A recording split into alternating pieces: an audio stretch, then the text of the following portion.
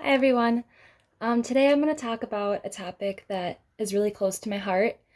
I have PKU, and I want to talk about some of the other problems that people have when they have PKU, and particularly eating disorders. I didn't realize this was a common trend in PKU until I returned to diet a few years ago and started connecting with people through social media.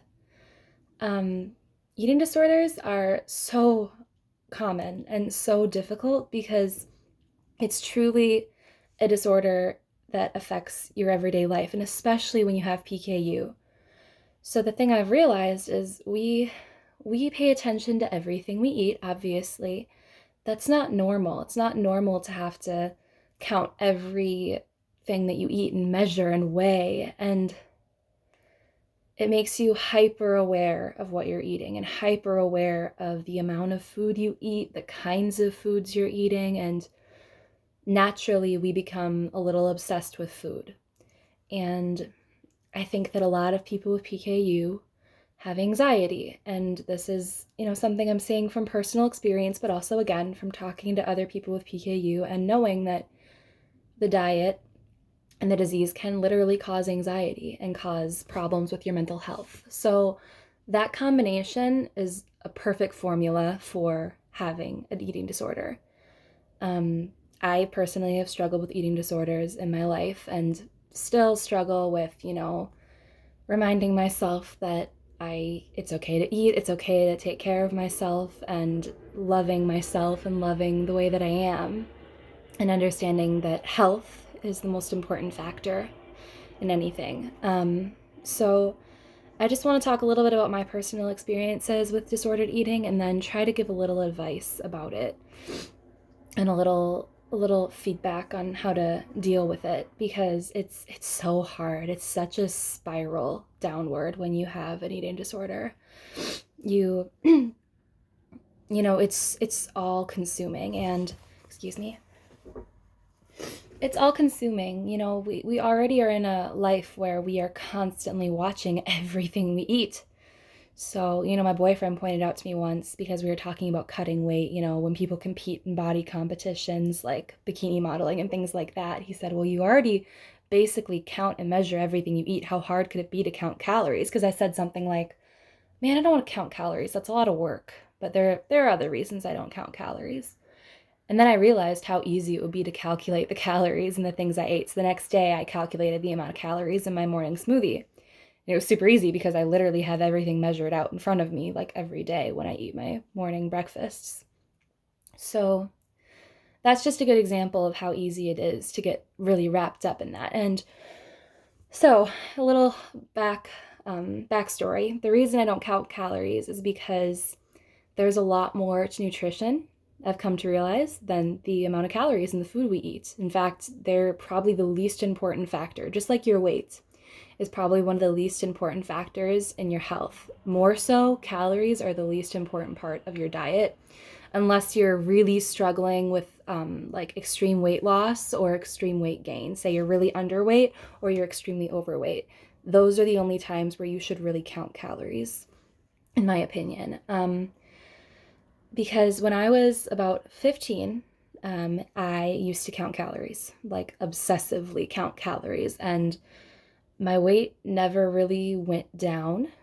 It went down, but it plateaued because my body entered a starvation survival mode. It was just absorbing the food I ate and existing. And I was so unhealthy. Like, you are what you eat. You're made up of what you put into yourself. So if you're putting garbage into yourself and barely enough fuel to live, I mean, I'm like inherently anemic because we have PKU. We don't get a lot of iron. We take supplements, but sometimes it's not enough. So I've got cold hands, cold feet. I get tired. Sometimes I get dizzy when I stand up too fast. But when I was about 15, 16, I was severely anemic and I was exhausted all the time.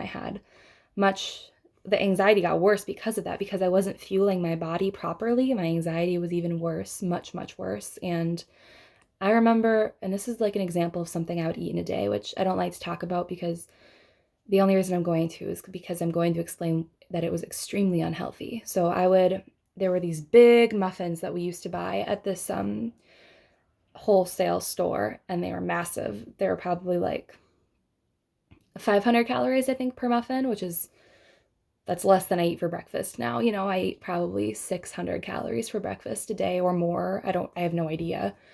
Um, I probably eat 2,500 calories a day. So at this time, I was eating 700 calories a day, 750, which is just way too little.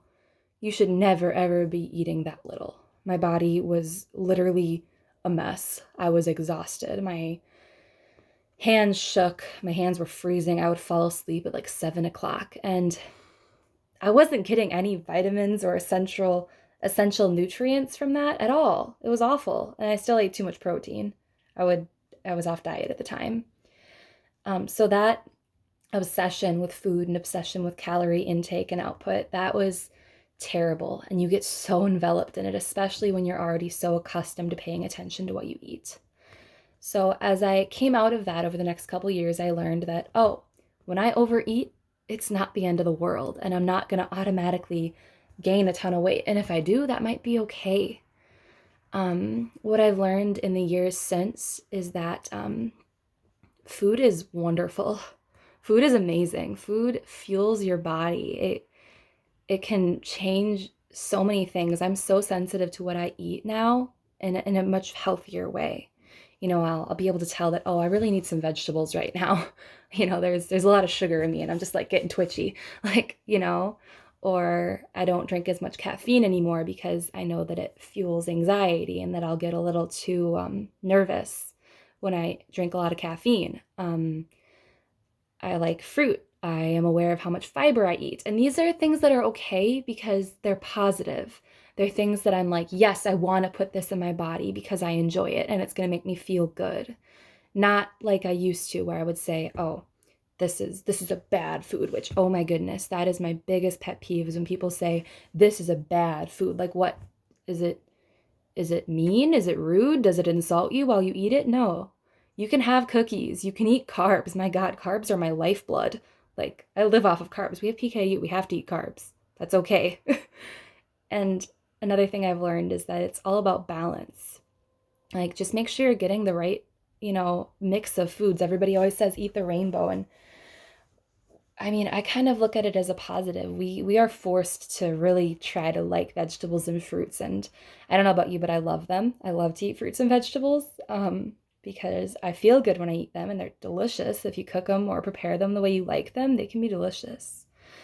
And along with bad foods, good foods. You don't have to eat something just because someone says it's healthy. Like, just because someone says, oh, carrots have tons of vitamin E, I think. Like, oh gosh, these are great for you. Maybe it's vitamin A. Don't quote me on this, but oh, carrots, you should eat them. If you hate them, like you eat a carrot and you're like, ugh, but it's so good for me, I should eat it. Don't eat it. If you don't like something, never force yourself to eat it. Maybe find another source of that particular vitamin that you actually enjoy, or find a way to prepare that food that you do enjoy. And if you don't, if there's just no way you're ever going to like carrots or whatever it is, don't make yourself eat it. There's no reason.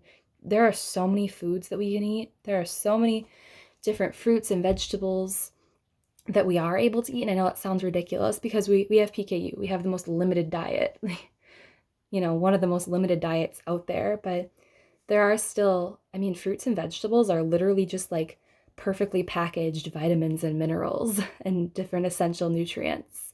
So I think we are fortunate to be able to take advantage of that. I still struggle with body image issues. I still have a hard time looking at my body and saying, this is my home. It's powerful. It's strong. It's got me where I need to go for the past 22 years. And that's what we need to do, because so often I see people just rag on themselves, just say horrible things about themselves. And one really good way to look at it is, would you say that to your mother? Would you say that about your mother or your sister or your best friend? And that's a good way to address those thoughts and keep them in check, is just reminding yourself of what you've been through and how far you've come with your body. And I always thought it sounded so silly because a lot of body positive role models that I follow on Instagram, they always say, look in the mirror and say things you love about yourself and give yourself affirmations. And that really helps. It's hard. Like the first time you do it, you might literally, and I'm a very emotional person. I'm very open about difficult and emotional things. I'm an open book in that sense. But the first time you do that, you might literally look in the mirror and start bawling after you say like two or three things, because for some reason we as humans, we try to find the best in other people sometimes, but we tend to see the very worst in ourselves. I could name 100 things, especially in the past. I could name dozens of things that, oh, I don't like this about myself. I wish I could change this. And now I've learned to appreciate what I've been through in my life and what I've gotten through physically and mentally, and to have the confidence to say, "Hey, I'm proud of myself." It's so hard. It takes work. It takes a lot of time to step back from that perspective that you have and create a new one. But if you just keep taking those small steps, you can get there. I swear. You can be proud of yourself, and you can be like, "Ooh, I look good today," or, "Oh, I'm going to eat a cookie and it's not a problem." Whatever your fear foods are, I hope that you see that it's just food.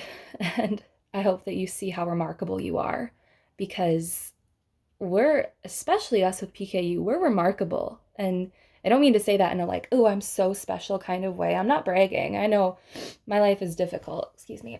And I know that we have a lot of struggles, and we have a lot of really difficult setbacks in our lives and a lot of lack of privilege. However, we're remarkable because we work so hard just to be healthy and just to take care of ourselves. And that's pretty amazing.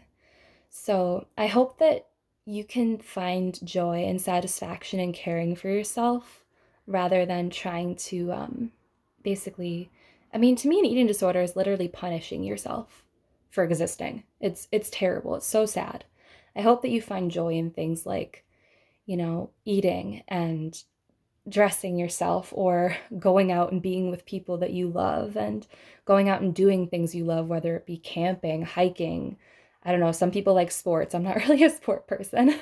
But maybe you like to lift weights, or maybe you just like to go on walks with your dog. Maybe some nights you're exhausted. You just want to sit on the couch and watch movies and eat popcorn. Like, go ahead and do it. Just recovery from an eating disorder to me is just respecting your body's needs and understanding how you are feeling. It's reflecting on yourself and seeing what you need and respecting those needs. If you need rest, you need rest. I don't care if you feel like you ate too much, whatever. You don't need to exercise. You don't need to restrict yourself. Just rest. Rest. Give yourself a break if you're tired. If you're hungry, eat. It doesn't matter if, oh, but I ate a bunch of cookies or something, whatever, at lunch. I feel like I ate a bunch of junk food today. If you're hungry, eat. It's food, it's fuel. You literally need it. I think the silliest thing I've ever done in my life, and I know many, many, many people have done it, is refuse to eat when you are actually hungry. I mean, how many times do we eat when we're not really that hungry? We're just snacking. When you are actually hungry, you have every right to eat. In fact, you always have the right to eat food. You always have the right to fuel your body, whether it be with formula, or, a snack, or a big meal, whatever it is, whatever's your jam that moment. You have every right to eat food and to nourish yourself and take care of yourself. And like I said, that's the biggest thing I've learned in recovery, is respecting your body and respecting your needs, because if you love your body, it will love you back. It really will. I mean, I can't even explain how much progress I've made since I was 15. And I'm not saying this to be like, oh, I've come so far, look at me. It was hard. I mean, it's been many, many years. I mean, I've had disordered eating since I was a little kid, and I am now 22. It's been a journey. But I'm glad I've made progress, and I'm glad that I've come as far as I have. Like, I'm so happy for that, because I used to be really, really deep in the depths of hating myself and feeling guilty just for existing and for eating and for whatever, punishing myself all the time. And it's not worth it. Like, I want you to really realize how remarkable you are and how lovable you truly are. You deserve the same love you give to other people, the same respect you give to other people, you know? Like, I'm always after like my boyfriend, oh, are you hungry? You should eat. You know, it's not like he has a problem with it. It's just like that's how I look after other people. That's how I should look after myself. Oh, you seem kind of tired, kind of cranky. Do you need to eat something, or are you just tired? Do you need a nap?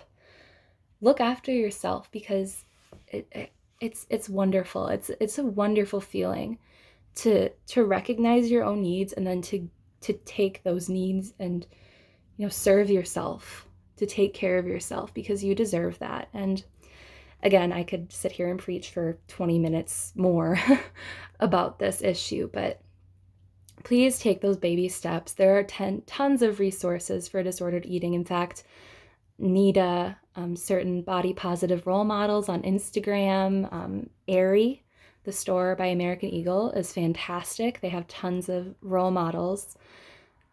Otherwise, reach out to me. I mean, I know that's kind of a weird thing to say, but I mean, if you look on the Instagram or Facebook community, you can find hundreds of people. That's been my best resource to just talk to. And I'm on Instagram. Comment. I'll give you my name. I'll give you my information. You can go follow me. But yeah, I'd love to talk to you, and I'd love to help you out. And, you know, like I said, you're wonderful. Recognize it, whether you're a guy struggling to gain muscle or just a woman who, you know, you don't feel comfortable in your body. Know that you deserve to. You deserve to feel happy as you are, because you're worthy of that. You're worthy of feeling beautiful. You're worthy of feeling special. And yeah, so go forth and be awesome, guys.